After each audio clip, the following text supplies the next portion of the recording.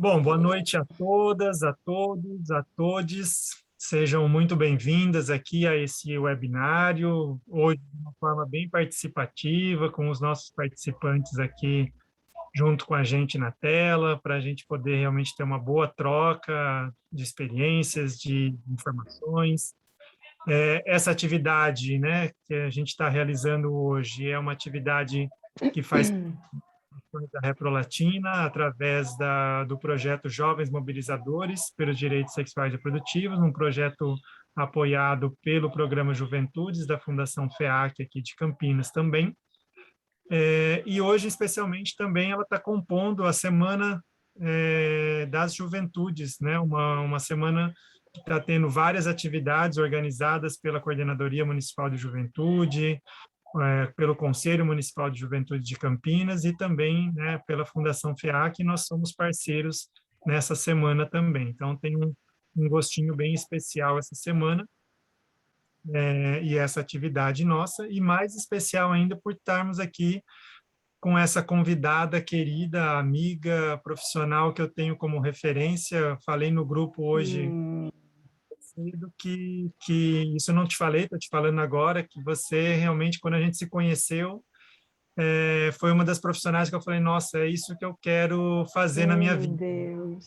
Ave Maria, Rodrigo. Com esse brilhantismo, com essa capacidade, acho que de lá para cá, né, a gente vem tentando ser um profissional assim como você é e tem a minha admiração também. E que bom que a gente está podendo, né, dividir esse espaço, né, mesmo que online nesse momento, mas que a gente, de alguma forma, reativa aí, como a gente falou nos encontros de preparar essa reunião aqui, acho que traz muita boas lembranças, boas energias, né, Uhum. fortalecer a participação juvenil e de estar lado a lado. Nossa, olha quem está aqui agora. Acabei de ver a Carol, Zac também, que delícia, Carol, estar com você aqui com a gente também, e todos que estão aqui. Então, desde já, desejo um ótimo webinar para nós, uma ótima roda de conversa, acho que a gente chamou de webinar, mas com o Adrião a gente já desmontou essa estrutura de um só falar e trouxemos exatamente para esse espaço aqui, onde vai ser bem mais participativo. Isso. Passo a bola Ó, para a sua apresentação. Nada, tá não precisa ser bom, nada formal, estamos entre amigos aqui. tá bom. Gente, boa noite. Ai, que delícia ver essas janelinhas, ver as carinhas de vocês aqui. Eu estou muito honrada e muito contente, né, em estar junto aí da Reprolatina, como eu estava dizendo há pouco.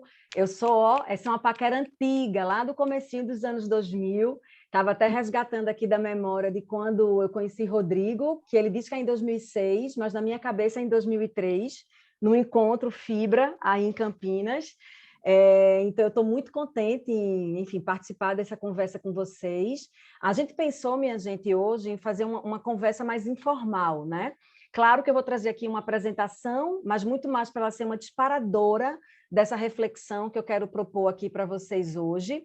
Então, a ideia é que a gente faça aqui um diálogo realmente construído, assim. Então, e que vocês se sintam muito à vontade, viu, de abrir o microfone, se posicionar, se colocar. Podem fazer perguntas aqui pelo chat também, tá? Maria, ó, queria propor algo e a gente vai fazendo esse diálogo.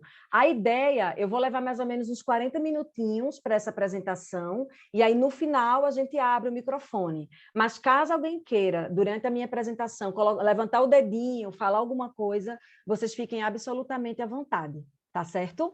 E uma outra coisa também, quando eu e Rodrigo a gente conversou, né, pensar no tema desse nosso encontro, né, juventudes, vulnerabilidades, hoje é o dia 12 de agosto, Dia Internacional da Juventude.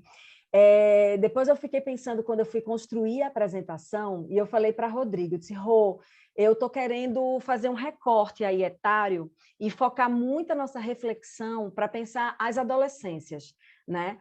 Acho que vocês vão ver um pouco, ao longo da minha apresentação, o porquê da gente de parar um pouco, pausar e refletir sobre a adolescência, né? Eu sei que o projeto que acontece aí em Campinas, ele pega aí a faixa etária de até mais ou menos 20 anos, 24, né? Isso, Rô?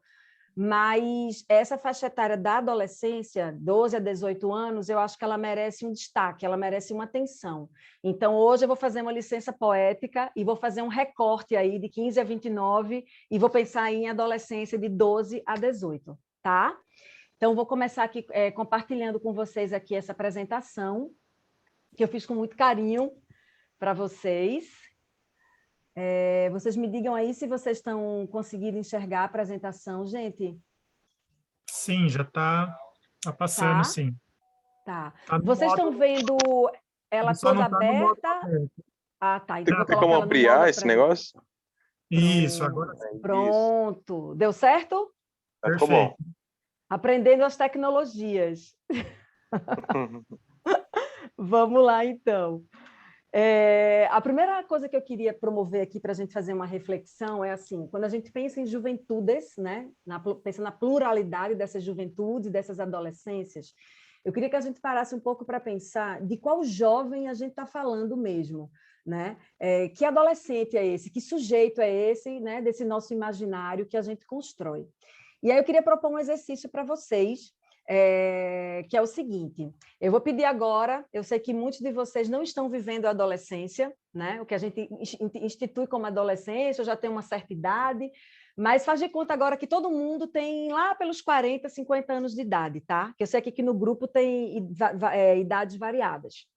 Eu vou pedir agora que vocês façam, todo mundo solta aí um pouco as pernas, tá? Pedir que todo mundo aí agora fazer um exercício. Todo mundo agora solta aí os braços, tem que estar todo mundo na frente do laptop ou no celular. E eu vou pedir agora que a gente faça um momento de reflexão e a gente pare para pensar um pouco como foi a nossa adolescência.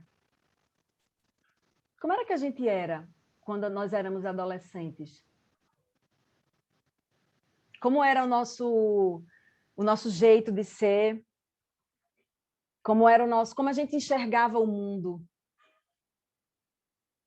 O que era importante para a gente naquele momento?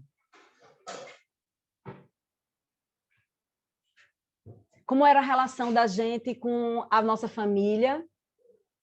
E aí eu estou pensando família no sentido mais amplo, tá, minha gente? Não família nuclear. Quem era, de fato, referência de cuidado para ti?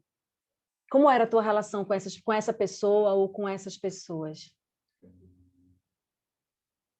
Quais eram os teus sonhos? Como era isso para vocês? E se a gente fizer um salto agora no tempo e a gente vir para a atualidade, vocês acham que essa vivência do que foi essa nossa adolescência é a mesma de hoje em dia?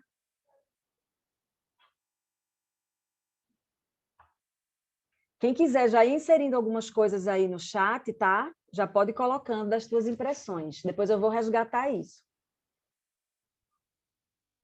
Vocês acham que o que mudou? Ou se quando eu sou pernambucana, por sinal eu estou até aqui em Recife, quando eu me refiro, por exemplo, ao ser adolescente, esse sujeito adolescente de uma cidade que mora em Campinas, será que é o mesmo sentido, é a mesma experiência de ser adolescente, por exemplo, no sertão aqui de Pernambuco, no interior? Ou se eu sou um adolescente negro, se eu sou um adolescente que estou na transição de gênero, ou se eu sou uma adolescente que tenho muitos sonhos, tenho muito desejo de vontade, mas eu vivo numa escola onde ela não, de alguma maneira, ela não dá conta dos meus anseios e dos meus desejos. Eu sou uma adolescente de classe média, eu sou uma adolescente que tem a possibilidade de ir para fora, aprender outros idiomas e voltar com uma educação formal com mais qualidade e ter mais, né, acesso a capital cultural, capital social, capital simbólico, de formas diferentes. Vocês acham que é a mesma coisa, minha gente? Ou a gente está falando de sentidos de adolescências e de grupos variados? Estou vendo, já tem gente aqui colocando umas coisinhas aqui, escrevendo, ó, que eu vou resgatar daqui a pouco.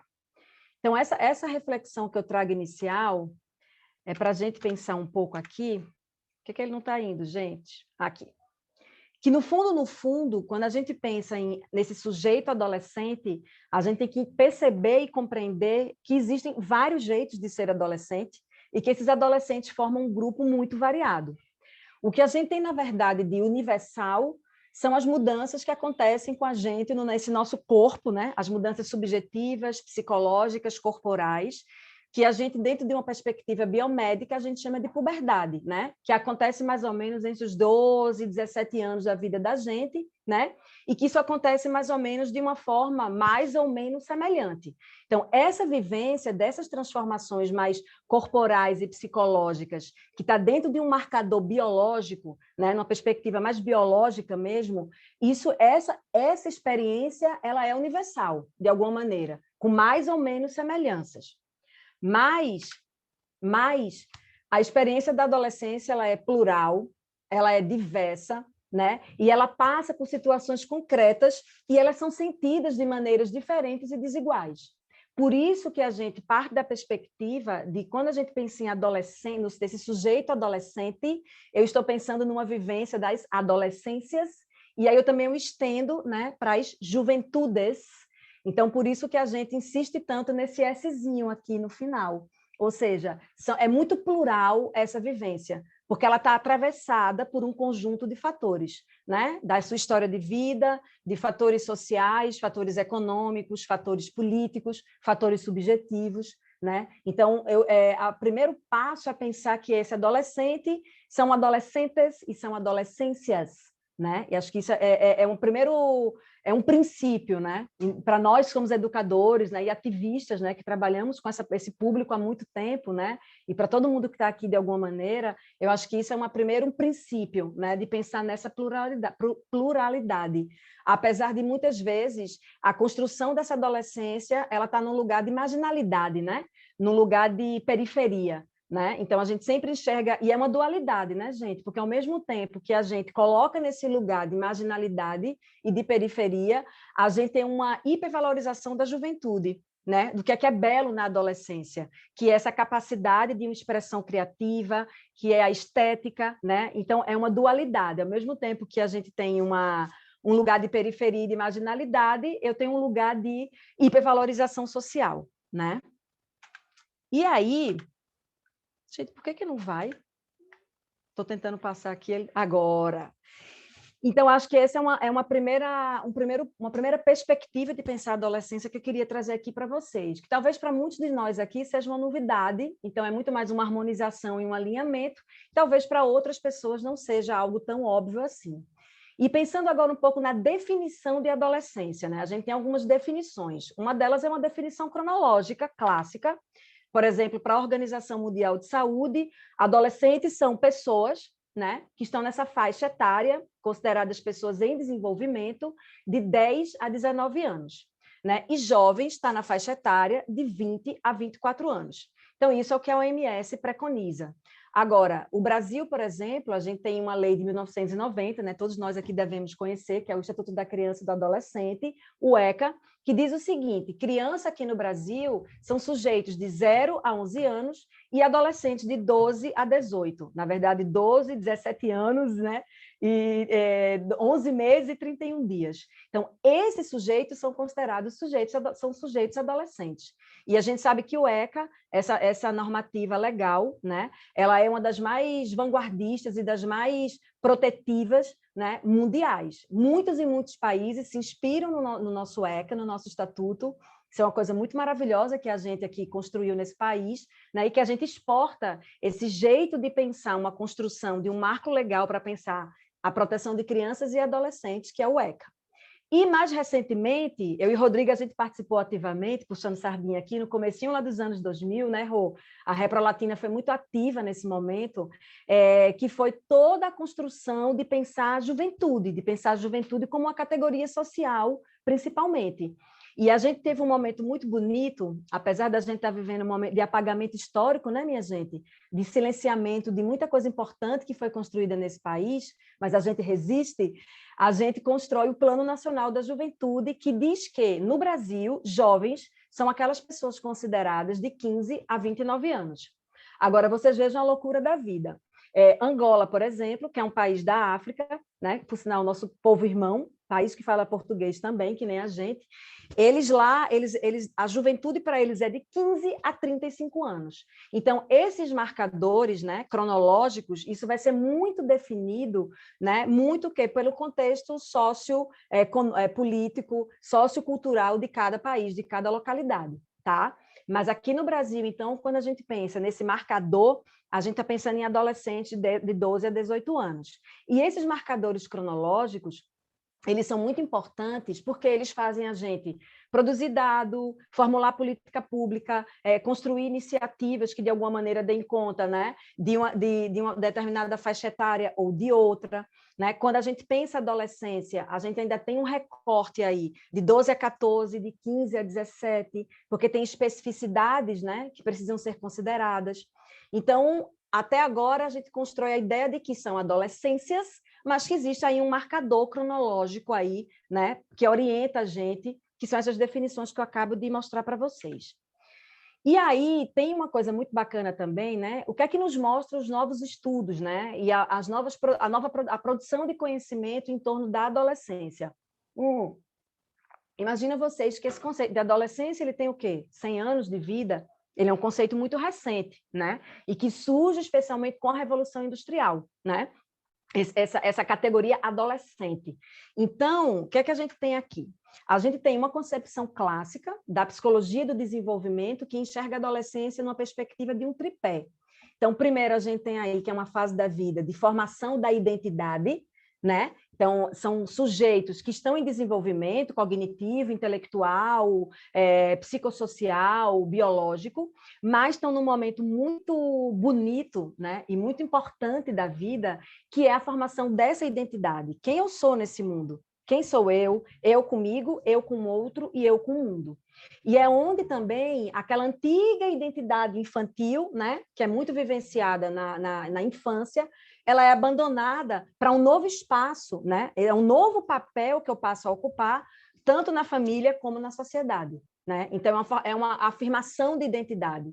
E nessa afirmação de identidade, é um momento também que existem conflitos. É claro que ao longo da vida todos nós vivemos conflitos, mas nessa fase da vida, como tem contornos, né, de uma identificação de quem sou eu, o que eu quero, né, é quando você tem um nível de consciência muito maior, é nessa fase da vida, é na adolescência. Por isso que é uma fase tão potente, né? É uma janela de oportunidades.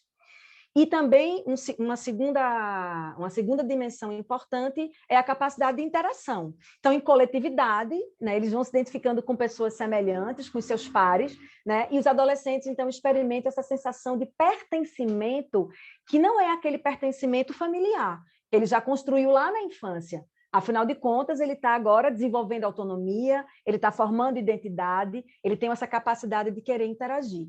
E aí vem o terceiro elemento importante, que é o desenvolvimento da autonomia, ou seja, que é o momento onde há aí uma ampliação das capacidades de pensar e de tomar decisões. Né? E essas tomadas de decisões elas vão acontecendo gradativamente e se tornando cada vez mais independente. Por isso que é um momento da vida, né, de tanto conflito, né, e de tanto embate, por exemplo, com seus cuidadores principais, pais, mães, tios, avós, quem está cuidando desse sujeito adolescente. Uma outra concepção clássica também, que aí eu quero trazer para vocês, que são os estudos mais recentes da neurociência, né? A neurociência traz para a gente, né, esse cérebro do adolescente, né? Como é que ele vai se compondo, como é que ele vai se estruturando. E aí a gente tem uma coisa bastante legal aqui da neurociência, que diz que o funcionamento do cérebro nessa fase da vida, ele vai se aprimorando, né? E aí essas estruturas químicas e físicas, elas vão se estruturando e vão se aprimorando. E isso traz essa consolidação de personalidade, de comportamento e de preferência, que é muito o que a psicologia do desenvolvimento já mostrava para a gente, que está muito relacionado aqui a esse momento da formação de identidade. E aí vem a neurociência e evidencia tudo isso, né? Uma outra coisa também que a neurociência traz para a gente, é essa coisa numa perspectiva de uma concepção de força, né? De crescimento e de controle cognitivo. E isso vai te dando mais capacidades de experimentar. né, de experimentar o mundo pela primeira vez de uma maneira independente, né, de seus pais ou de seus responsáveis, tá? Então, o cérebro está ali no momento de muita transformação, né? As sinapses estão ali a mil e toda essa parte cognitiva e intelectual, ela está ali cada vez mais se aprimorando, se refinando e vai dando essa capacidade, né, de mais robustez a essa pessoa, né, a essa pessoa humana que é esse sujeito adolescente.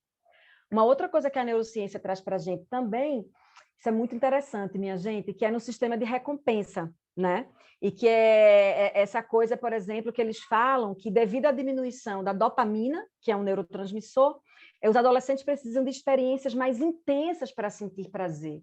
Talvez isso explique, por exemplo, essa lógica do risco, né, da impulsividade e do risco, né? A gente tem muitos estudos, né, em torno disso, né, de pensar adolescência, juventude e risco, né, muito fortemente. E a neurociência vem mostrar isso para a gente, né, vem evidenciar isso nessa parte mais bioquímica aqui cerebral.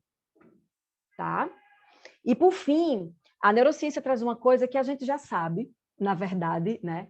A gente que lida com adolescente no nosso dia a dia, que é uma coisa clássica, que é uma fase em que as trajetórias elas podem mudar com base em experiências positivas.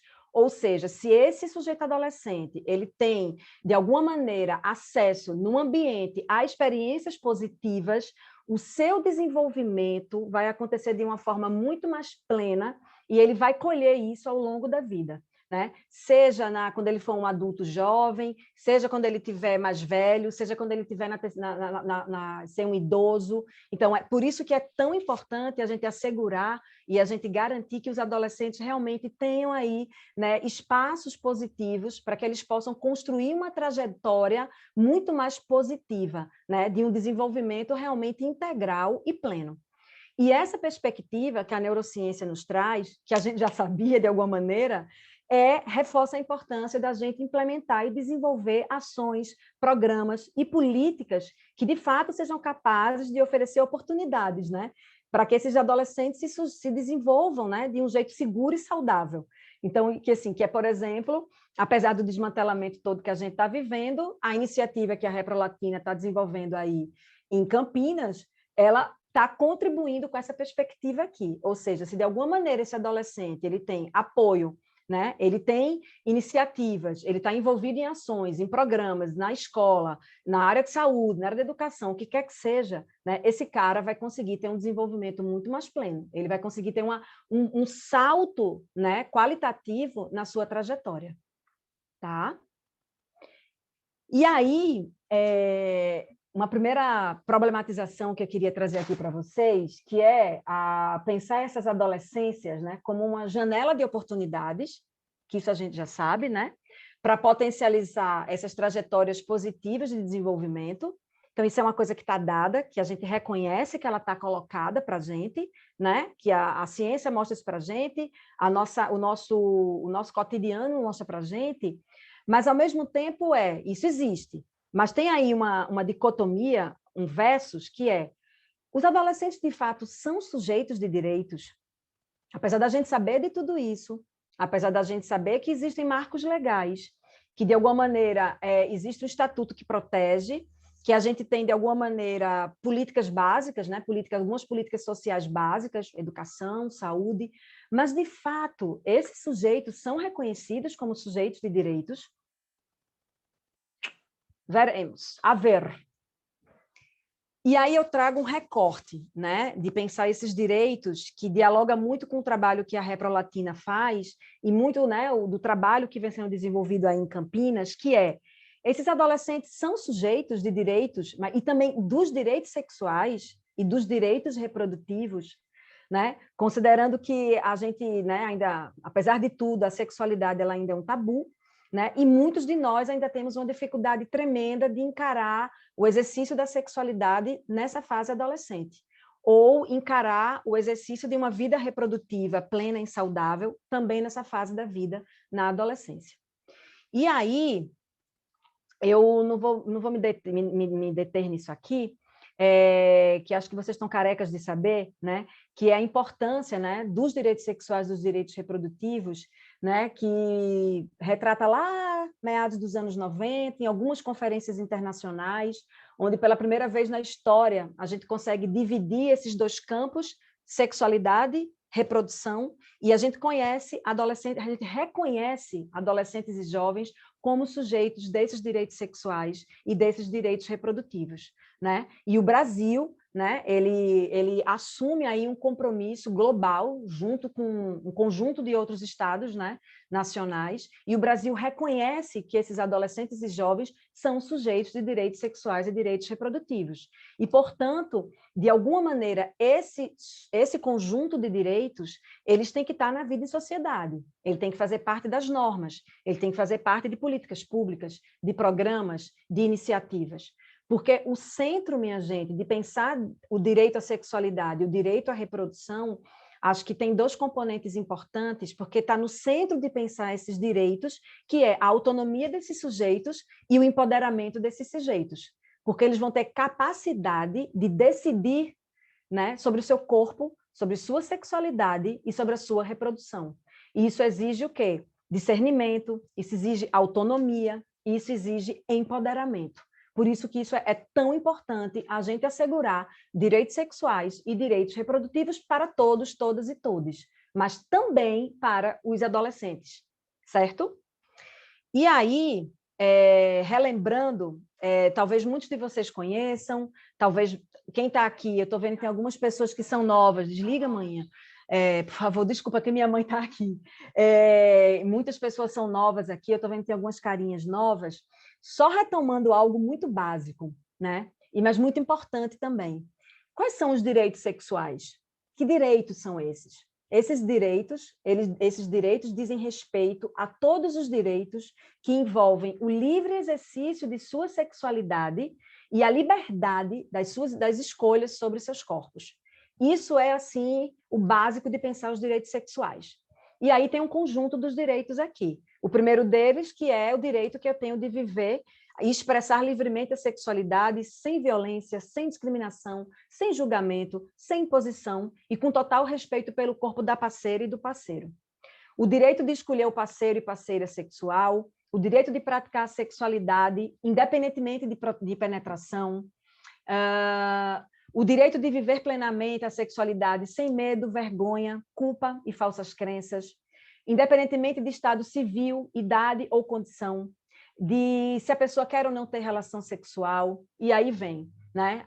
O direito de expressar livremente a sua orientação sexual, sua identidade de gênero, e aí vem um conjunto de outros direitos, tá? Apesar disso estar aí, né, nas nossas normativas, de alguma maneira, né, o direito brasileiro bebe um pouco disso aqui.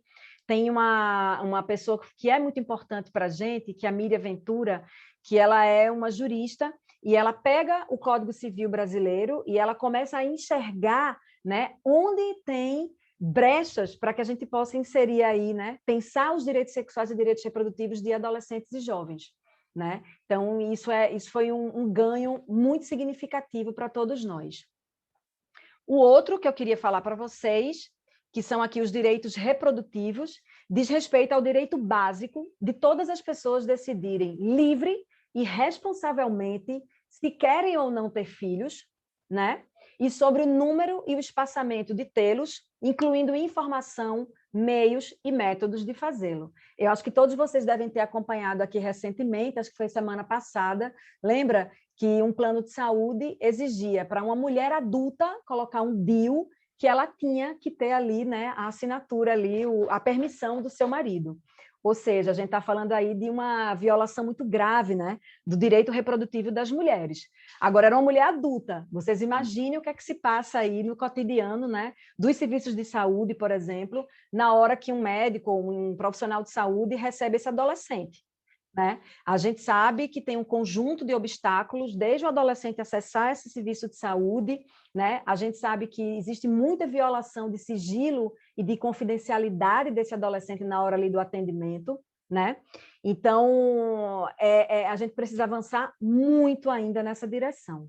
Então, pensando aí no conjunto desses direitos reprodutivos, eu tenho o direito das pessoas decidirem de forma livre e responsável se elas querem ou não ter filhos, quantos filhos elas desejam ter e em que momentos de suas vidas. Mas, para isso, elas têm que ter direito à informação, meios, métodos e técnicas para ter ou não ter filhos. De homens e mulheres participarem com iguais responsabilidades, né, na criação dos seus filhos e filhas. Então, a gente sabe que, por exemplo, quando a gente pensa em gravidez na adolescência, ou na maternidade, né, na maternagem, seja na adolescência ou não, a gente sabe ainda que a gente pensa nas mulheres, né? E a gente esquece da paternidade responsável, né, da participação dos homens.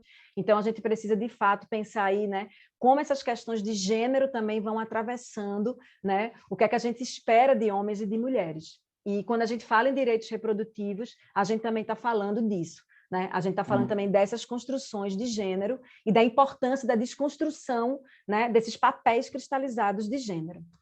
A gente está falando de direito reprodutivo, eu também estou falando da doação e o tratamento para a infertilidade, né? O SUS garante, né, a reprodução assistida, por exemplo, e o direito de exercer a sexualidade e a reprodução livre de discriminação, imposição ou violência. Tá? E aí, minha gente, falando dos direitos sexuais e dos direitos reprodutivos, eu queria trazer para vocês aqui um pouco de um panorama da gente pensar aqui um pouco dos dados, né? O que os dados vêm mostrando para a gente. Porque a gente constrói uma ideia de que são adolescências, que é uma fase da vida absolutamente importante e estratégica, como janela de oportunidade, né? Mas o que a gente encontra na vida real e que possivelmente, o que eu vou mostrar para vocês aqui agora, muitos de vocês devem conhecer, e isso é o retrato do Brasil. Se isso é o retrato do Brasil, isso também é o retrato de Campinas. Isso também é um retrato de Recife. Isso também é um retrato de Bom Jardim, que é o interior aqui de Pernambuco. Isso é o retrato de qualquer cidade brasileira, né? A gente vai enfrentar esse panorama aqui.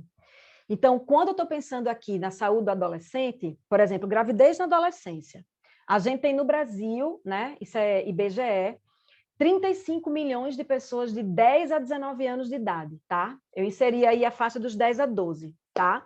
Quando a gente pensa, por exemplo, em gravidez na adolescência, eu tenho que 18% dos nascimentos no Brasil são de meninas entre 15 e 19 anos. E tu pensas que a cada 10 crianças que nascem, 2 são de adolescentes. E tem um dado que é muito cruel, que quando a gente faz o recorte de 10 a 14 anos, né, essas gestações que acontecem nessa fase da vida, muitas dessas gestações são fruto o quê? De abuso e de exploração sexual. Né? E a gente está falando daquela pessoa próxima dessa garota adolescente. Né? Eu estou falando do padrasto, eu estou falando do tio, eu estou falando de algumas situações que é o próprio pai. Então, assim, é uma situação realmente muito grave. Aqui, a gente não vai ter tempo de entrar na problematização da gravidez na adolescência, tá? Agora, a menina tem o direito a ser mãe na adolescência? Ela tem o direito, ela tem. Mas, para isso, ela precisa o quê? De ter uma capacidade de escolher. Ela tem que ter acesso a informações, métodos e meios para escolher se ela quer ter ou não quer ter. E o que a gente encara na realidade do dia a dia é que muitas dessas meninas, e desses meninos também, que engravidam, não têm. Essa é a grande questão, né? Uma das grandes questões, na verdade. Um outro dado também, que aí eu trago, que eu acabo de falar, da questão da violência sexual, é que, por exemplo, no período de 2011 a 2017, a gente teve um aumento de 83% nas notificações gerais de violências sexuais no Brasil. Tá? Eu estou falando aí que isso dá quase 185 mil casos de violência sexual. Tá? E eu tenho, desse universo, eu tenho que 31%, quase 32% são contra crianças e 45% contra adolescentes. E eu não consegui pegar esse dado, mas, por exemplo, se eu pego esse conjunto de adolescentes, desses 45%, eu com certeza, majoritariamente, vão ser meninas que sofreram violência. Né? Isso é uma coisa importante a ser considerada. E é claro, gente, a gente fala, essas notificações, isso sempre existiu. Sim, isso sempre existiu, a violência sexual, né? A doméstica que acontece especialmente dentro de casa, né? No ambiente privado. Mas, talvez, esse aumento da notificação, isso pode também ser um efeito já de toda a agenda, né, desse ativismo digital. A gente está com uma agenda muito mais intensa dessas temáticas na sociedade. Então, essa notificação também a gente vem melhorando os sistemas de informação no Brasil e, de alguma maneira, também a gente vem aí, as pessoas estão muito mais sensíveis e mobilizadas para notificarem, né? Está acontecendo aqui, na minha cidade, no meu lugar. Isso não é da minha cabeça, tá, minha gente? Isso aqui é dado do Ministério da Saúde, boletim epidemiológico. Um outro dado também, que muitos de vocês também, né? A gente trabalha muito diretamente com o tema do HIV/AIDS no Brasil, e aí aquilo que sai bastante na mídia e que é algo também muito preocupante, que 30% das novas infecções de HIV ocorrem entre jovens de 15 a 24 anos do sexo masculino, né? E quando a gente faz o recorte aí de categoria de exposição sexual, são jovens HSH ou gays, né? Que são homens que fazem sexo com homens ou gays. Ou seja, a gente tem um aumento, gente, muito significativo nessa faixa etária, de 15 a 24 anos. A gente tem uma estimativa no Brasil de 49 mil novas infecções por ano nessa fase da vida. Então, assim, alguma coisa está acontecendo, né? E a gente sabe muito bem o que está acontecendo, né? Apesar da gente ter aí uma infodemia, né? De informação, a gente vive uma epidemia de informação. A gente não necessariamente consegue qualificar essa informação.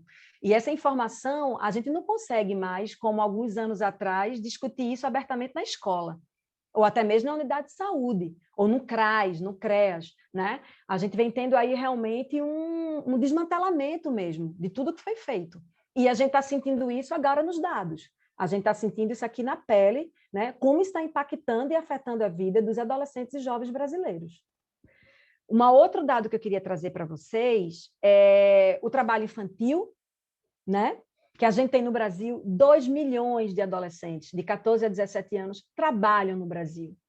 E a coisa mais louca é que 32% em atividades agrícolas, né? Quase sempre na zona rural, e 2 em cada 3 adolescentes em situação de trabalho infantil são homens, e 94% do trabalho doméstico é realizado por meninas. Mais uma vez, a discussão de gênero colocada aí para a gente, né? Dos papéis de gênero aí supercristalizados, o menino vai para fora e trabalha na roça, a menina fica em casa e cuida do trabalho doméstico, né? Então, isso também é um dado para a gente pensar como essa categoria gênero atravessa as nossas discussões também. E o último dado para fechar é a questão da saúde mental, né? E que houve um impacto muito grande com a epidemia do Covid, né, minha gente? Todos nós fomos afetados de alguma maneira, né? E com os adolescentes e jovens não foi diferente, né? Então, a gente tem aí, por exemplo, uma taxa de suicídio que de 10, que é esse laranjinha primeiro aqui, ó, minha gente, que a taxa de adolescente de 10 a 19 anos que vivem nas grandes cidades brasileiras aumentou em 24% entre 2006 e 2015, tá? E um dado muito interessante é que houve um aumento de 13% no interior do país. Ou seja, algo que os estudiosos consideravam que era uma coisa muito dos grandes centros, está em todos os lugares agora, né? Essa questão da saúde mental.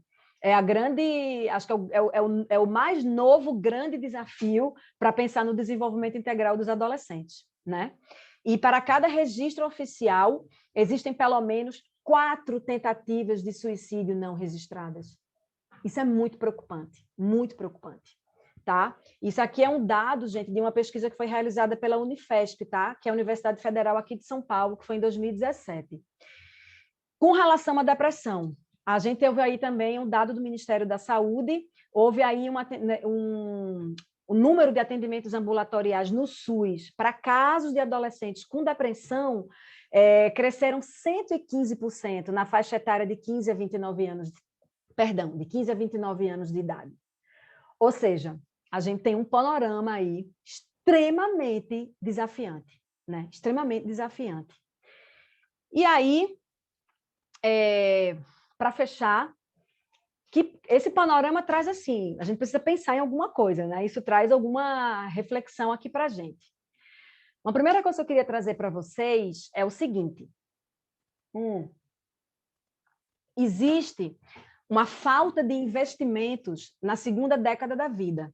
Ou seja, na primeira década, a gente conseguiu, de alguma maneira, ter uma melhora aí nos indicadores, né? Tanto que a gente agora está num movimento muito forte no Brasil, né? A pauta da primeira infância, que é absolutamente importante, absolutamente estratégica. Só que quando a gente chega na segunda década da vida, e aí eu estou trazendo especialmente a questão aí dos adolescentes, né?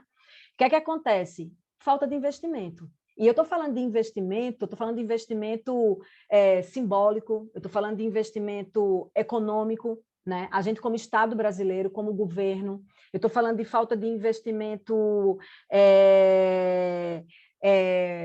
de produção de conhecimento, né? Da gente também enquanto sociedade civil organizada, ou seja, a gente está perdendo a boiada. Então, assim, eu percebo que falta, de fato, uma falta de investimento nessa segunda década da vida, e a gente está encarando esse panorama que eu acabei de mostrar para vocês, né, minha gente? Que não é um panorama fácil, é um panorama preocupante. A gente tem um segundo aspecto, olhando para esse panorama, que é uma fragilidade e um desmonte das políticas públicas para adolescentes, né? A Reprolatina e muitos de nós aqui sabemos, né, desse desmonte dos programas, né, de educação integral em sexualidade, por exemplo, que a gente desenvolvia muito, né, fortemente em escolas, serviços de saúde, né, aí articulando o conselho tutelar, envolvendo CRAS-CREAS, né, realmente articulando uma rede de cuidado naquele território, né, acionando aí os equipamentos públicos, trabalhando com protagonismo e participação desses adolescentes e jovens em processos decisórios. Isso, assim, a gente vem perdendo. É um desmonte e uma fragilidade absurda. E aí, o que é que isso traz para a gente? Esses adolescentes ficam como um lugar de limbo, né? Parece que é um lugar de limbo, assim. E aí, a adolescência, aí a gente só reforça essa ideia de adolescência como problema, né? A adolescência nesse lugar de marginalidade, né? A gente está perdendo os nossos adolescentes, especialmente os negros periféricos, né? Empobrecidos, a gente está perdendo para o tráfico, né? Eu estou perdendo para uma violência do Estado, né? Muitas vezes aí quem pratica é a própria polícia militar. Então, assim, o que é que a gente faz? Né? Então, e veio a epidemia do Covid para dar uma sacolejada e dizer, gente, ó, bueno, a pessoa fala, né, minha gente? Eu juro que eu vou fechar, juro, e vou abrir a roda, que é só aqui um compilado, na verdade, né? Que eu trouxe muito essa discussão da gente pensar esses adolescentes, por isso que quando eu peguei no recorte, viu, minha gente, de pensar juventudes e vulnerabilidades, eu peguei o recorte da adolescência, mas eu trago aqui alguns componentes e das vulnerabilidades, né, de adolescentes e jovens. Pobreza, a pobreza multidimensional, né? Aquela pobreza que você não consegue sequer dar um salto, né? Estou falando do conservadorismo, porque a gente está vivendo aí uma volta, muitas vezes, né, a uma perspectiva muito moral da sexualidade, né? E aí isso impacta muito, né, no planejamento de vida desses adolescentes e jovens. Eu estou falando de um distanciamento geracional, e isso é muito impactado pelas novas tecnologias de comunicação e informação. Por isso aqui, né, que a gente parece que isso aqui, a gente não vive mais sem isso aqui. Tu imaginas os nativos digitais, esses adolescentes que a gente está falando, que a gente trabalha, são esses caras, né, que nasceram na geração da internet, né? Então, eu coloco agora uma coisa aqui no meu Instagram, eu já fico ansioso quantos likes eu vou ter, e quantas curtidas, e quanto compartilhamento, né? E tem toda uma questão de autoestima. Enfim, é uma discussão muito ampla. Mas esse distanciamento geracional, ele ocorre muito, porque muitos dos pais desses adolescentes, a interação com a internet ela é diferente, né? E isso vulnerabiliza, né, esses adolescentes e jovens. Outro fator de vulnerabilidade é a falta de oportunidades.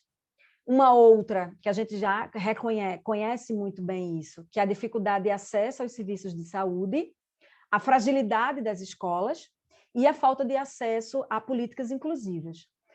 Eu estava até conversando com o Rodrigo, e em 2019 eu participei de um trabalho que é para montar um programa de saúde do adolescente que vive no campo.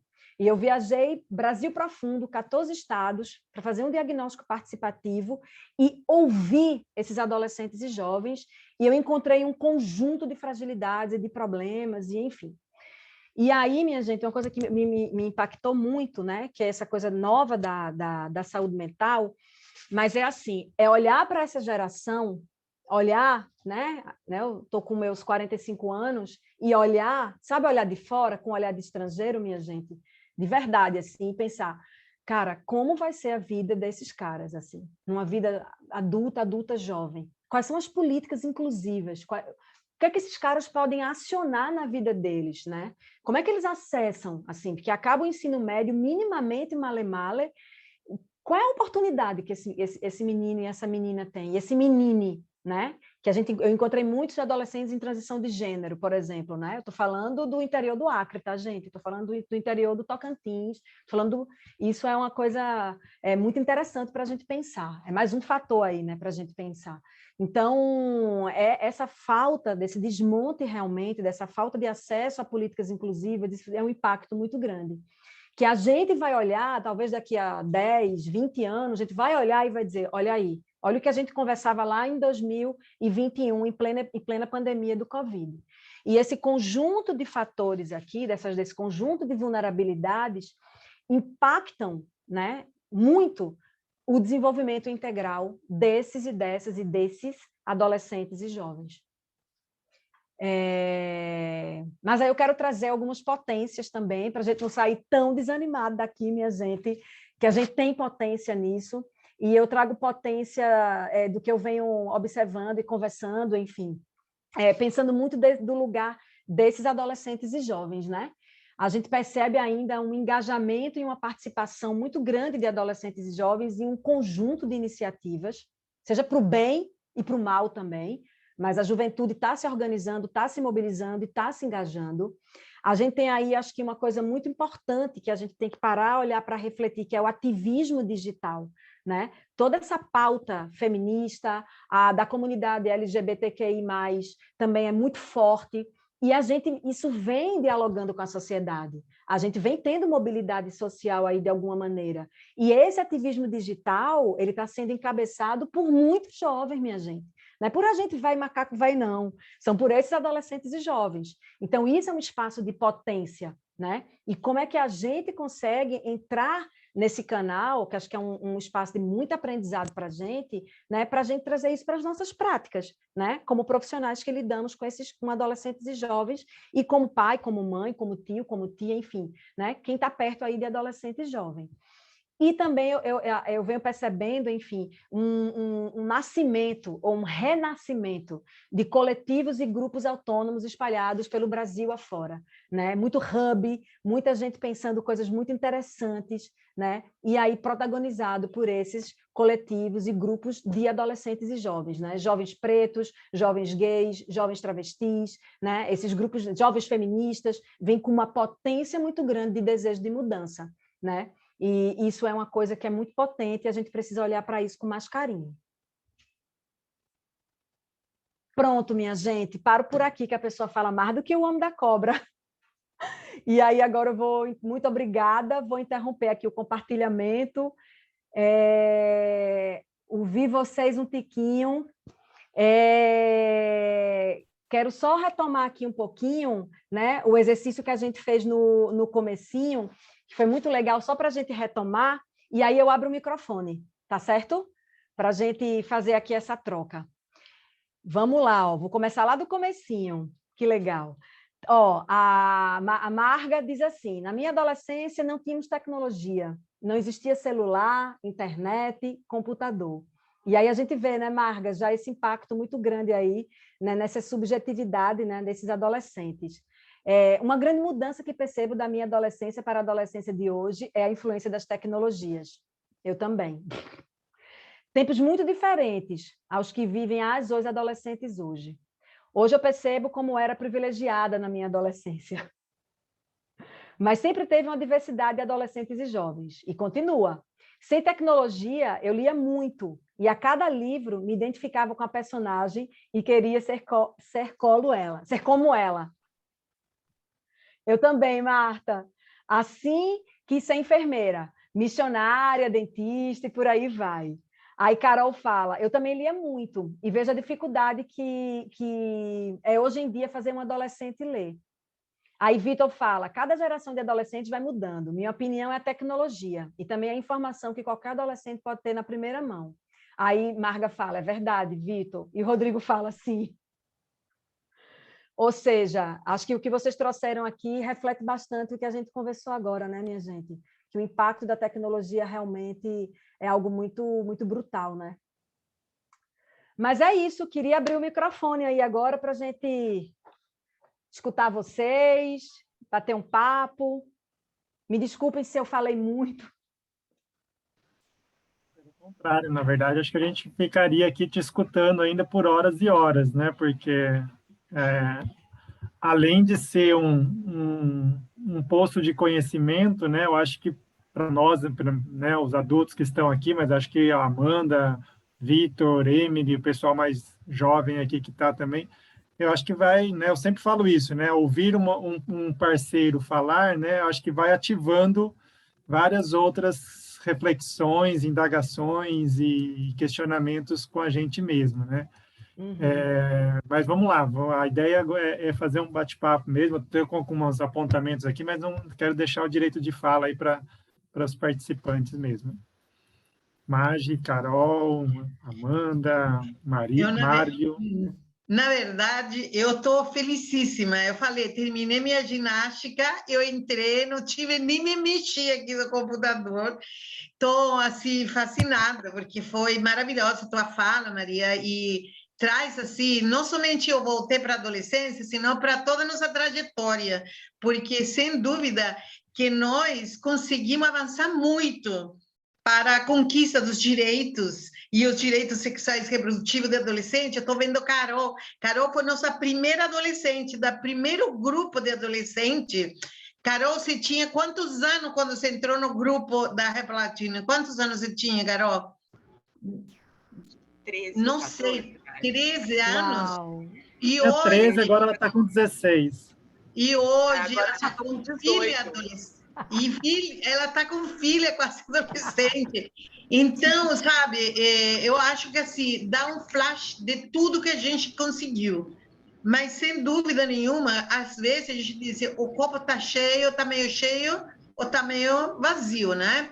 E você tentou dar essa equilibrada quando a gente faz, hoje em dia, a constatação de como estamos vivendo um período, Deus, sombrio, vou dizer assim, um período sombrio, que a gente pode sair ao sol, podemos, mas os direitos, em geral, estão sendo perdidos e, em especial, os direitos sexuais reprodutivos. Você mencionou a mulher que queria colocar um DIU e pediram a autorização do marido. Gente, em 2021. Então, realmente, era uma. Eu queria deixar falar o jovem, mas eu queria te fazer uma pergunta com relação a isso. Eu sei que eu sou super otimista e eu confio nessa juventude. Nós terminamos um bate-papo às 5 da tarde, 5:30, né, Marta? Com jovens falando de feminismo e que me deixou cheia de esperança, porque jovens estão aí nos coletivos, estão engajados nessa luta. Esses jovens e essas jovens mobilizadoras pelo direito sexual e reprodutivo estão na luta, na conquista dos direitos.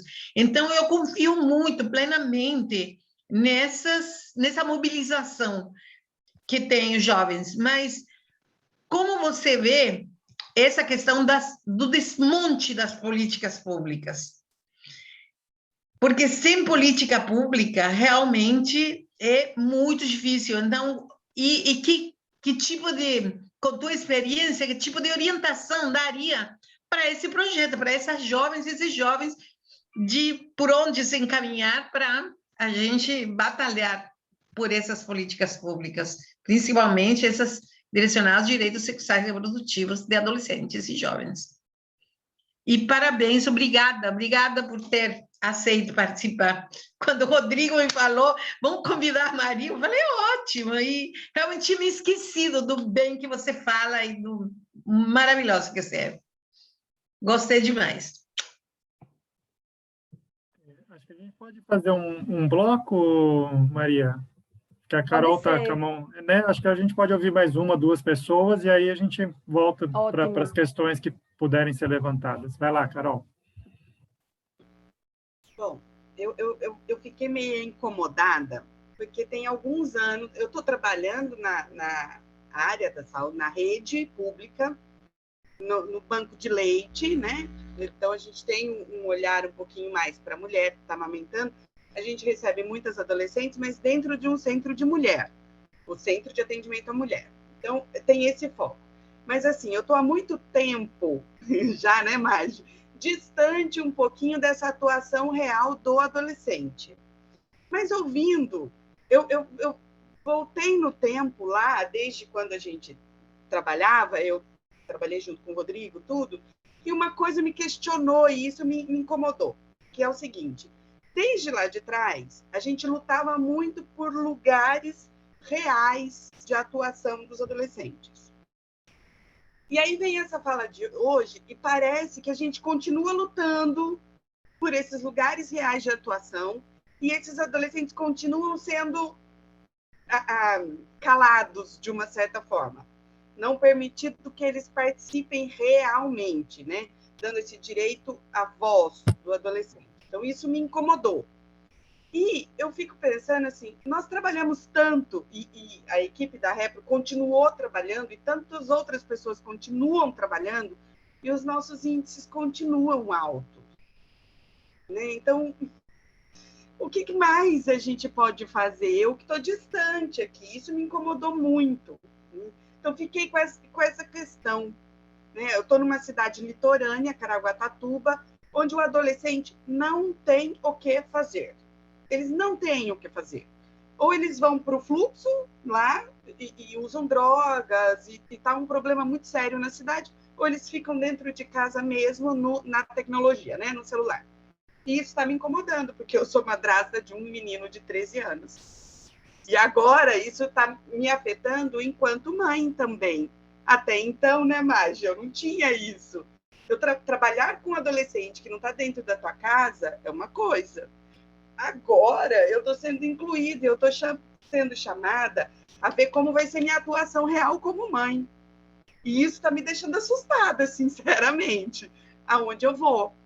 É porque não tenho onde mandar esse menino para fazer alguma coisa que desenvolva de uma forma como eu tive a oportunidade. Então, também aí é mais um ponto para a gente ir falando, só isso. Carol, a gente é vizinha, eu moro em Ubatuba. Só pegar a prancha e remar. Uma para cima, a outra para baixo. Bom, mais alguém quer fazer as suas contribuições, alguma pergunta nesse primeiro bloco? Vamos chamar assim. Gabi, Amanda,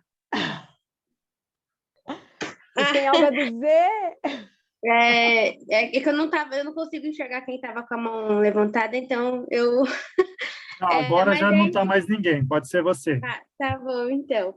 É só uma contribuição mesmo, sabe? De perceber o quanto a fala dela, eu senti um pouco do que eu passei na minha adolescência. Eu sou jovem ainda, mas na adolescência, entre esse período de 14, 17 anos, eu vivi esse limbo de não saber o que fazer, de ter oportunidades, mas não consegui buscar. E uma das frases que eu falava muito, que era assim: sonhar é muito difícil, o importante é viver. Eu moro na região do leste de Campinas, é uma região muito vulnerável, e eu vi essa frase para mim: sonhar é muito difícil, o importante é viver. Eu não imaginava o meu futuro, sabe? Então, graças às oportunidades que eu tive, eu consegui sair desse limbo. E pensar que é toda uma questão da adolescência. E como pontuaram, os índices continuam aumentando. E o que eu puder contribuir para que... E é isso. E eu percebi isso. Eu fico feliz de ter a oportunidade de ter percebido isso e acrescentar na vida das pessoas, sabe? E também, pontuando a outra pergunta, os índices continuam aumentando. O que eu posso fazer como jovem para que eu acrescente na vida de outras pessoas, assim como eu tive esse start de, Gabi, não é assim, o importante não é sobreviver, mas é isso, você tem direitos e você tem que correr atrás dos seus direitos. É só isso mesmo.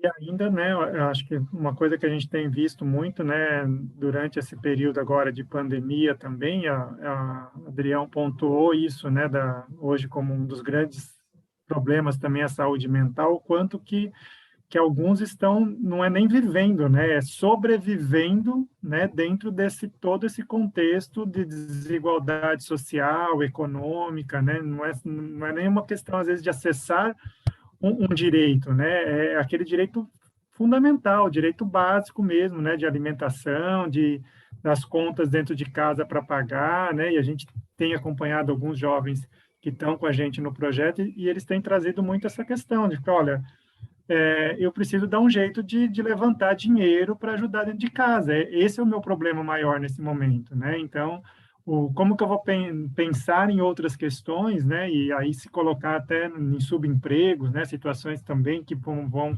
muitas vezes ir para essa ampliação da vulnerabilidade, mas por uma questão de sobrevivência mesmo, né? Acho que e isso que a Gabi traz é muito interessante, porque a gente também tem encontrado bastante no trabalho com jovens. Eu sempre tenho uma cena muito forte que foi uma capacitação que a gente estava fazendo no projeto lá em Minas Gerais, e quando a gente foi desenvolver com o grupo que ali estava, né, essa questão do projeto de vida, né, de pensar as oportunidades, a gente já tinha passado pelas questões da sexualidade, duas jovens falaram, não, eu não posso não fazer essa atividade porque eu não tenho sonho na minha vida, né? Não consigo visualizar sonho, não tenho por que eu sonhar, né? E aí entra todo um fator da autoestima também, né, dessa questão da saúde mental, de, não, para mim não importa o que eu vou fazer amanhã, né? Se eu estou, tipo, passando o meu dia, passando as minhas horas sem nenhuma perspectiva de sonho, né? E o quanto que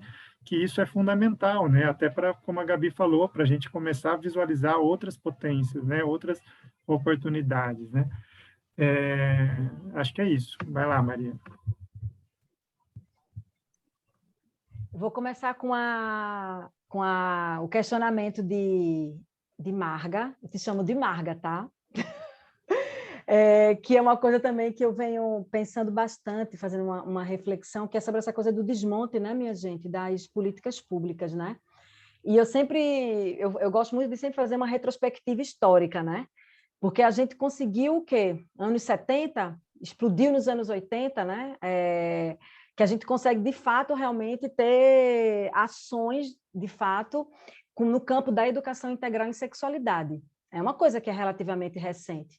Então, a gente, né, com a epidemia aí do HIV que estoura no Brasil nos anos 80, a gente tem aí, acho que uma explosão também da organização da sociedade civil, né, da própria das ONGs, né, do movimento gay organizado, do movimento de mulheres, e essa sociedade civil começa a pressionar e a gente consegue aí, né, ter algumas respostas governamentais. E eu acho, minha gente, que a vida se você faz uma leitura sócio-histórica, são ciclos, né? São ciclos. Ou seja, a gente consegue a gente consegue estruturar um pouco, a gente consegue, como Estado brasileiro, dar algum tipo de resposta e depois vem um enfraquecimento. Então, eu acho que para os próximos anos, eu acho que vem chumbo grosso pela frente. Eu não... A gente tem 2022, né? Mas, mesmo a gente conseguindo aí um governo mais progressista, né, que olhe para essas pessoas de fato, esse governo vai encontrar aí um desmonte de fato, porque você não constrói uma política pública de uma hora para outra, a gente sabe disso. A gente não constrói um programa saúde e prevenção nas escolas, a gente não consegue, né, qualificar que o Sistema Único de Saúde, a atenção primária em saúde, as UBS, de fato, consigam assegurar, né, direito sexual e reprodutivo para todo adolescente. Então, tem muita coisa pela frente. Então, eu acredito de verdade nessas novas gerações. Eu acredito muito, eu venho apostando de verdade na capacidade, porque eu venho cada vez mais achando, gente, que o movimento ele vai ser de baixo para cima, sabe? Down top. Porque a gente está muito ainda numa construção top-down, de construção de política pública, né? Da gente fazer aquilo que a gente fazia historicamente, de fazer a pressão política, que é absolutamente importante, a política institucional dura, mas eu acho que a gente está num momento muito profundo enquanto sociedade, de transformação mesmo, sabe? E isso traz também esse momento assim de pausa, né? Para a gente poder fazer como é que as coisas caminham.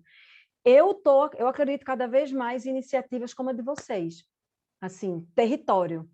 É a gente trabalhar nível territorial, é municipal. Eu estou acreditando muito na micropolítica. E eu não sou só eu que estou dizendo, não. Assim, depois eu tenho uns estudos que a FGV está fazendo, eu até posso fazer para vocês também, que eu estou acompanhando, que é um pouco esse caminho. Olha, é de baixo para cima, a gente tem que investir em políticas municipais, porque é essa política que a sociedade acessa. É a política básica, né? É o CRAS, é o CREAS, e é municipal. Né? O Conselho Tutelar, que a gente de alguma maneira faz a rede de atenção, é atenção básica em saúde. Então, eu venho acreditando muito nisso, gente, que o caminho é o trabalho municipal, o trabalho de território, a gente articular redes de cuidado a nível territorial, envolver e engajar todo mundo. Dá pouco trabalho? Não, não dá. Dá muito trabalho. Mas é o que a casa oferece. Ô, Carol, tu mora em Caraguá, eu moro em Ubatuba, e a gente vive realidades muito parecidas. Muito parecidas. E acho que Campinas também, né? Eu acho que isso é um fenômeno meio brasileiro, assim, esse momento, sabe? E com a pandemia do Covid, eu não sei se o MEC já divulgou algum dado, eu não vi, né? O nosso Ministério da Educação, sobre o número de jovens fora da escola, impactados pelo Covid. Porque os meninos, de fato, não têm, gente, a gente sabe da situação, não tem acesso à internet, não tem dispositivo móvel para acessar. E isso desmotivou ainda mais esses adolescentes e jovens. Então, eu não sei o número exato, mas eu acho que isso é mais um efeito perverso da pandemia, sabe? Assim, do número de adolescentes fora da escola e que fica, é isso, ou aqui, que gera uma ansiedade muito louca, ou vai para o fluxo, e aí se envolve mesmo na coisa aí de um uso abusivo de drogas, e muitas vezes, né, é cooptado pelo tráfico. Então, é uma situação realmente que a gente vive e que eu acho que o caminho é esse, é a gente fazer aquele trabalho ali micro, porque o trabalho macro, eu não sei se a gente tem condição de fazer nesse momento, falando de verdade, assim, a gente como ativista, a gente como sociedade civil, porque tem uma força tão grandiosa, né, minha gente? Tão grandiosa que às vezes a gente fica, né, caramba, a gente tem fôlego, a gente vai conseguir, então eu acredito muito. E eu acho que tem muita coisa boa rolando no Brasil afora, viu? Esse trabalho que eu fiz em 2019, apesar de ver todas as mazelas, eu vi muita potência, assim, e nos meninos também. Tem muito gestor público bacana fazendo coisa legal no mundo afora, que a gente está no momento da gente não ter troca de boas práticas, mas tem muita coisa boa.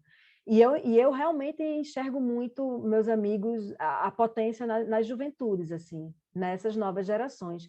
A gente tem muito que aprender com esses. A nossa geração aqui, falando a gente aqui, a gente tem muito que ouvir esses caras, porque eu acho que é uma outra forma de pensar a adolescência e de pensar como sujeito no mundo, e que a gente tem que aprender, que é o impacto da internet. A gente tem realmente que aprender. É isso. Eu compartilho disso que você falou, só um minutinho mais, eu sei que você levantou a mão, mas eu que estou trabalhando diretamente com os adolescentes, com os jovens, eu, além de acreditar muito e ter realmente muita esperança, acho que nessa geração que está aí, né, porque acho que é uma geração que rompeu com muitos dos preconceitos, e mais do que romper, eu percebo que assim é uma geração, uma juventude, né, pelo menos com quem a gente tem tido contato, por exemplo, que não aceita. Isso eu presenciei várias vezes nas escolas, em alguns territórios, não aceita a discriminação racial, né, não aceita a homofobia, né, cobra, né, esse papel, a responsabilidade de nós, homens, para a questão da gravidez, da paternidade. Então, acho que o quanto que a gente conseguir, né, e aí institucionalmente falando, né, chegar com um pouco de apoio, né, de informação, de orientação, e é o que a Emily estava colocando aqui no chat, e é o que a gente sempre, né, a Carol trouxe isso, e a Adrião lembra, né, das nossas participações, mesmo na época que a gente tinha um governo federal que estava, teoricamente, disposto a ter o adolescente, e a gente sempre cobrava isso, não é só ter o adolescente aqui na sala, né? É ter o adolescente, mas ouvir, é ter voz, né? Não é só a representação. A gente está fazendo um projeto e tem 20 jovens aqui com a gente, só que os 20 jovens não falam, né? A gente não escuta, né? Então, esse lugar de fala é fundamental. A gente está num momento em Campinas, por exemplo, eu tenho acompanhado não tão de perto, mas e o Conselho Municipal de Juventude, por exemplo, hoje de Campinas, está fazendo uma grande reflexão, porque por muitos anos o Conselho é ocupado por adultos, é o CMDCA. Você vai no CMDCA, o Conselho Municipal da Criança e do Adolescente. Só que não tem nenhum adolescente lá no Conselho, são todos adultos. Não tem nem jovens, nem velhos. E nem jovens, direito, E a gente tem ouvido muito, o Vitor está aqui, né, alguns mobilizadores que estão com a gente já há um tempinho, e traz exatamente isso. Olha, eu não tenho voz nem na minha escola, né? Eu tenho que aceitar o que a diretora fala, o que o professor fala. Então, assim, o quanto que a gente precisa também trabalhar o que é participação, né? O que é participação efetiva, essa participação juvenil. Então, acho que esse tem sido o nosso trabalho por muitos anos. Hoje eu digo, né, com muito orgulho que eu sou fruto desse trabalho da Reprolatina, e hoje estou nesse outro lado, né, de ser também, né, um adulto, onde a gente precisa estar lado a lado, permitindo essas transformações. Né? Eu queria agregar mais uma coisinha. Eu estou completamente de acordo com você, Maria, com trabalho mais localizado. Ou seja, eu estou assustada, eu acho que é assustador o período. Eu saí do Chile em ditadura militar, eu fui revolucionária na minha adolescência, presa pelos militares, chego no Brasil, então eu tenho uma experiência para se dar, assim a gente percebe o que está acontecendo. Aí eu escutei, eu vi a fala da a Emily, que falou, não sei, que as adolescentes, a gente jovem, não temos muita oportunidade de voz. E, na verdade, eu acho que o trabalho que o Rodrigo está fazendo com o projeto Jovens Mobilizadores nos territórios, essa é uma saída, essa é nossa janela de oportunidades.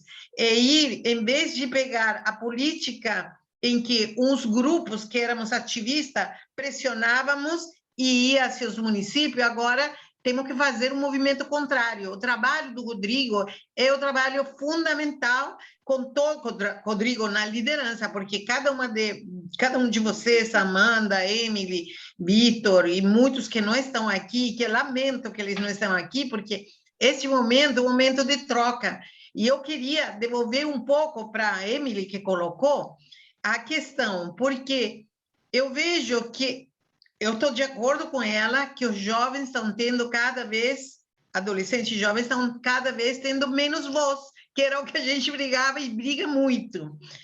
Mas a gente tem que tentar sempre identificar quem está querendo calar essa voz, inclusive nossa, de adultos, que somos aliados desses adolescentes e jovens. E aí eu identifico muito esses movimentos conservadores liderados muitas vezes por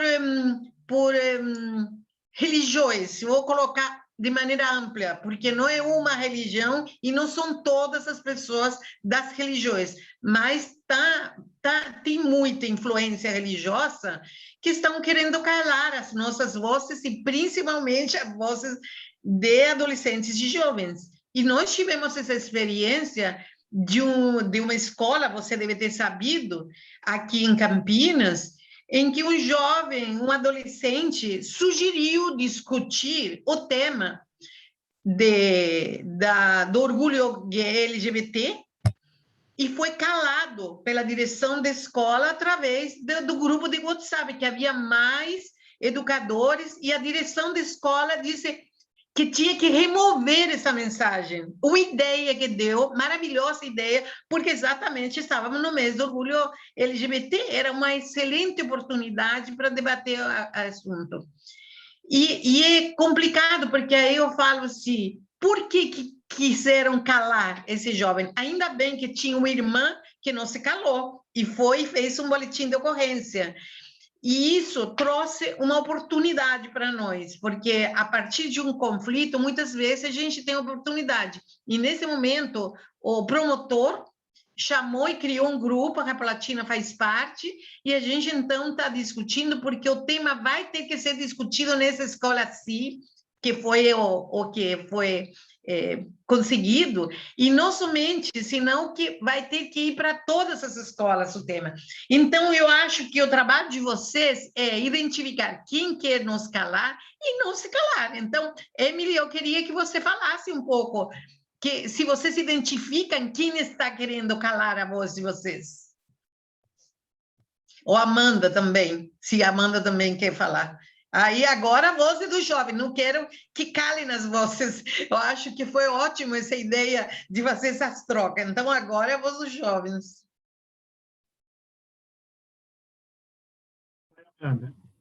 Já lembro.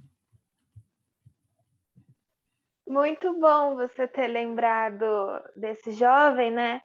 Porque eu e alguns colegas estávamos para decidir um tema para um projeto.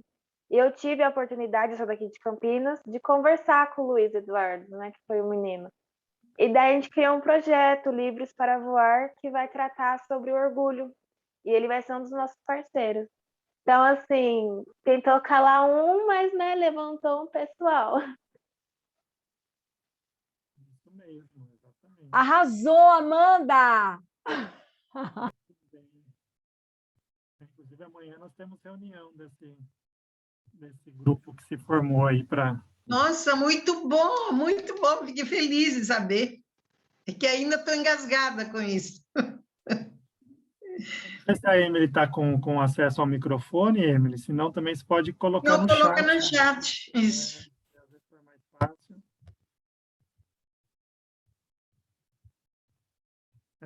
Eu acho que, assim, né, infelizmente a gente tem uma mídia que também prioriza só as coisas ruins, né? Acho que isso que o Adriano traz também, e a gente fala muito disso, né? De que as boas práticas não são divulgadas, né? A gente não fica sabendo, né? E quanta potência, quanta coisa tem acontecido nos territórios, né? Acho que hoje o projeto nosso, né? A própria instituição que nos financia, a FEAC, tem buscado promover esses espaços, né? A Gabriela também participou de um outro projeto que visava preparar jovens aí para trabalharem como educadores sociais. E a gente percebe o quanto que isso não chega, né? Não ganha dimensão, né? Às vezes fica ali preso naquele espaço com aquele jovem que está fazendo um trabalho excelente, que poderia receber, inclusive, um apoio para ganhar uma ampliação, um investimento, e aí, obviamente, aquilo que você também trouxe, né? Tudo hoje em dia, sempre, né? Já tem um bom tempo na história que necessita de recurso financeiro, e às vezes se apoia tantas outras coisas que não dão resultado nenhum, né? E aquele fomento dali da juventude, da sua mobilização, né? Da sua potência, às vezes acaba não conseguindo ganhar essa dimensão. E a força da juventude, acho que a gente tem já relatos bem interessantes, né? Só pegando, aproveitando, a gente teve um dos jovens mobilizadores, agora, né?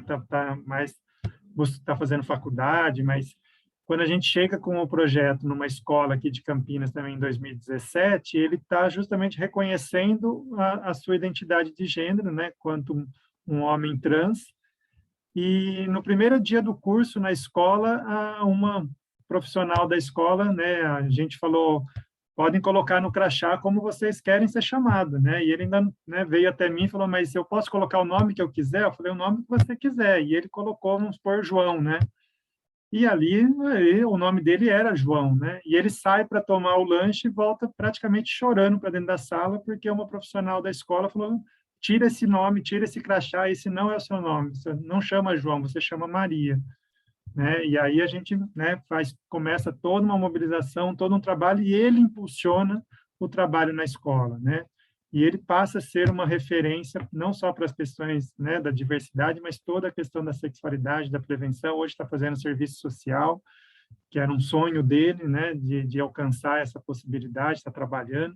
Então, acho que assim, né, o quanto que a gente precisa valorizar e potencializar essas vozes, né? Isso é uma voz, né? Acho que a Emily traz exatamente essa provocação, né? Como que a gente faz essa voz que às vezes está reprimida ecoar, né, outros sons ali. Mas já falei demais também. Aqui é uma briga para falar que...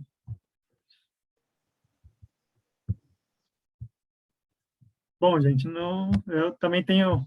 às vezes eu esqueço que eu estou no papel de mediação, né, da atividade. E aí já entro como participante. Adriel, não sei se você quer contribuir com mais alguma questão, o pessoal que está aqui, que ainda não falou e queira participar, a gente ainda tem alguns minutinhos. Não, sinto-me muito contemplada nas contribuições de todos vocês, totalmente. Eu acredito nisso, acho que esse é o caminho mesmo, né? Aquela coisa da gente, do local, do território. E essa coisa que vocês estão falando da participação, né? Da juventude, desse engajamento, da mobilização, é aquilo que eu falei da potência. É potência pura, minha gente, porque os meninos têm que ocupar esses espaços, né? E é isso, dando voz. E que lindo, olha, eu fiquei tão contente em saber que a Reprolatina está fazendo esse trabalho aí em Campinas. Porque alguém estava fazendo um mapeamento, não sei se vocês conhecem Cláudia, de Salvador, ela é uma consultora da OPAS aqui. Enfim, ela até estava fazendo um mapeamento de organizações, eu até falei da Repro, que ela está fazendo um mapeamento de organizações que vêm desenvolvendo trabalhos de saúde sexual e reprodutiva no Brasil. E eu falei, olha, a Reprolatina continua firme e forte em São Paulo. Então, assim, que bom, porque a gente também vê, né, minha gente, assim, muitas organizações, muitas ONGs Brasil afora, as ONGs AIDS, muitas ONGs que foram muito fortes, estão também no processo de uma desmobilização também. Então, que bom, vida longa a Reprolatina. Axé. Ave Maria. Muito obrigada. Eu quero te dizer que eu vou ter que me despedir e queria agradecer a Maria, porque está me esperando. Queria agradecer, Maria, e dizer mais, e para todas as pessoas que estão, Reprolatina também tem parceria com um grupo Limiar, porque é um filme Limiar, um filme de impacto social. Vamos compartilhar também com Maria, porque ela também é uma embaixatriz para poder circular as ideias. É uma mãe que fez sua tese de doutorado com a sua história, um documentário a partir da sua história autobiográfica de um filho trans. E ela dialoga com o filho. Então, ela postulou, então, agora com esse documentário para ser impacto social. E nós, Reprolatina, estabeleceu uma parceria, então, estamos contribuindo com a elaboração de guias, de roteiros, dessas coisas, para que as pessoas tenham compreensão, porque a gente que tem mais experiência sabe que muitas dessas pessoas que se opõem à transexualidade ou à orientação sexual que não é a heterossexualidade, é por falta de informação, principalmente por uma sociedade que reprimiu, uma sociedade que colocou a heterossexualidade como norma, que não entende o que é a transexualidade. Então, qual é o nosso papel? Nosso papel é ajudar que as pessoas conheçam, entendam, e que essas pessoas sejam visibilizadas, e que essas pessoas trans, realmente, quando elas têm apoio da família, a história de vida, como você bem colocou, a trajetória de vida pode ser completamente diferente se a família, em vez de expulsar de casa, como no caso do... Não vou falar o nome, porque você não quis falar o nome do nosso amigo trans, que foi um jovem mobilizador maravilhoso. A família apoiou. Ele está na faculdade, ele fez uma trajetória diferente. Então, não todas as histórias são ruins, e muitas histórias são boas, e isso depende se tem uma Emily, uma Amanda, Carol, todas essas pessoas que dão a mão, acolhem e dão apoio para viver, porque a vida, a sexualidade parte da nossa vida, nós nascemos com sexualidade, morremos com sexualidade, mas tem gente que quer reprimir essa sexualidade que quer reprimir essas expressões e tudo, e a gente precisa muita informação e ciência, né? Que é o que está mais difícil hoje em dia, as evidências científicas para transformar essas vidas. Então, a gente está, se pode divulgar, a Replatina é uma sobrevivente desse período de crise, mas estamos na sobrevivência com muita garra e vamos continuar. E contamos com todas as pessoas que estão aqui nessa janelinha. E super obrigada em nome da Replatina. Sinto muito orgulho, sou presidenta há muitos anos, ninguém mais quer assumir a presidência, mas o Rodrigo vai ser o próximo candidato. Estou montando o Rodrigo para ele assumir, porque eu já tenho que me aposentar. Beijos. Marga, um cheiro. Parabéns, querida. parabéns, Rodrigo. Mais um webinar brilhante você, tá? E adorei ver a Carol. Você vê a minha influência, eu falei, vou ligar para algumas pessoas. Pus um WhatsApp para Carol, o seguinte, Carol foi a primeira adolescente na Replatina, no ano 1999. 2000. Uau! Carol foi a primeira adolescente que começou na Replatina. Então, é assim, é um orgulho enorme, muita saudade. Você já estava entre nós, Amanda? A Amanda acho que não estava nem entre nós em 1999, estava, Amanda? Eu sou de 2005. Ah lá! Essa geração de 2000 para frente acaba comigo, gente. Ô, Carol, tu estava no MAB? Tu lembra do MAB? O Movimento Adolescente do Brasil. Então já deve ter se cruzado, nega. Sim, ela ia a todos os cenas. Ela ia Era! Ai, gente! Eu ia! Ai, gente! Infelizmente, eu parei em 2000. Participar, mas... Ai, gente! Que massa! Bom... Gente, eu preciso oficialmente só encerrar aqui o nosso webinário para parar de gravar, mas aí a gente pode, quem conseguir ainda ficar mais um pouquinho, aí a gente fica conversando. Então, agradecer a Adrião pela troca, pelo conhecimento, agradecer a participação de todas, de todos aqui, especialmente aqui das juventudes que esteve com a gente, dos educadores, profissionais, adultos também. Bom, eu perdi o negócio, não deixa eu fazer. Pode encerrar, por favor, Alexandre.